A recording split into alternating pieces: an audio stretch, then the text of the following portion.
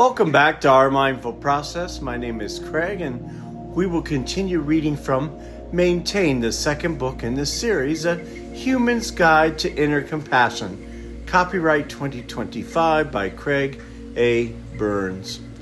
These daily readings are part of the Our Mindful Process practice. Today is May the 31st. If we cannot give ourselves space within the room or from the crowd to become conscious of who we are, we will remain lost. It is when we live from the inside out that we find our true identity within the silence of our existence. This is the birth of a life of solitude.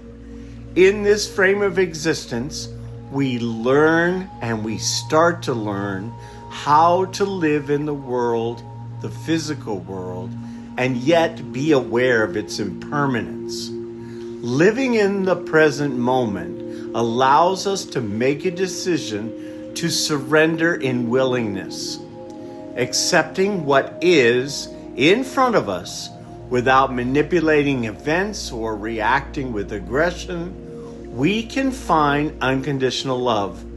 Agape, we've spoken of that before. Solitude is not the same as loneliness. Solitude is a state of healthy detachment from others, which is necessary for our becoming our true selves. We hear our own thoughts loud and clear.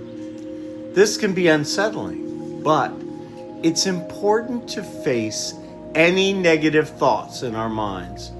For me, it's time to let go of my need for perfection. I have very high standards for myself and for others. Perfectionism is hard on everyone. It is compulsive and it is common.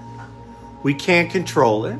I often run a tally of the things that need to be fixed or improved. This isn't healthy for me or my relationships. In meditation, I have come to believe that I will be relieved of this burden of darkness that is upon me. I share my perfectionistic behaviors with another person. Now, it is time to put these feelings on the table and wait, without grasping at pleasure or running away from the group or pain. I breathe and allow despair to dissolve in a sea of hope based on pure faith. In the quietude of my contemplation, I become willing to accept love from the universe on its terms. I bring my perfectionism to the table, admitting I am entirely ready to have it removed. In humility from this space, I am ready to have my thoughts changed, my words shaped, and my actions transmogrified by the power greater than myself. This love has to start with me. I have to believe unequivocally that I am worthy of unconditional love.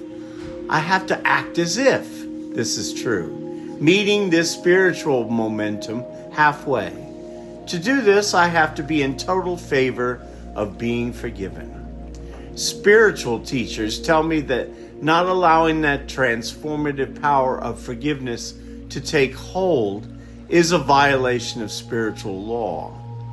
It is pure selfishness. How can I argue with that? What I have learned is that when I am upset by my own perfectionism or other compulsive behavior, I have to go back to my concentration on my breath, moving in and out. This focus is key to my being reborn in every moment and not just one static point in time. I need to continually remind myself to bring not only myself, but also everyone experiencing self-imposed hell, both friend and foe, into this space of peaceful acceptance.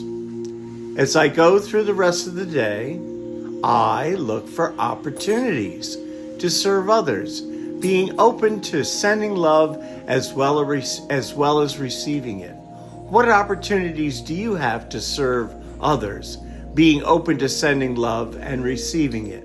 Write about that in your journal. As a side note, if you're not sure of the process to practice, please go to January 1st on our channel and look at the first video on how the process of mindfulness works. From there, read the reading for the day. For the first 35 days, it is on the process of mindfulness itself. Number 2, sit with this process in meditation, starting with 5 minutes and moving up to 40 minutes over 35 days, adding 1 minute a day. It's that simple. And number 3, at some point in time, please feel free to journal about your experience of the reading and the practice for that day. Have a mindful day, folks.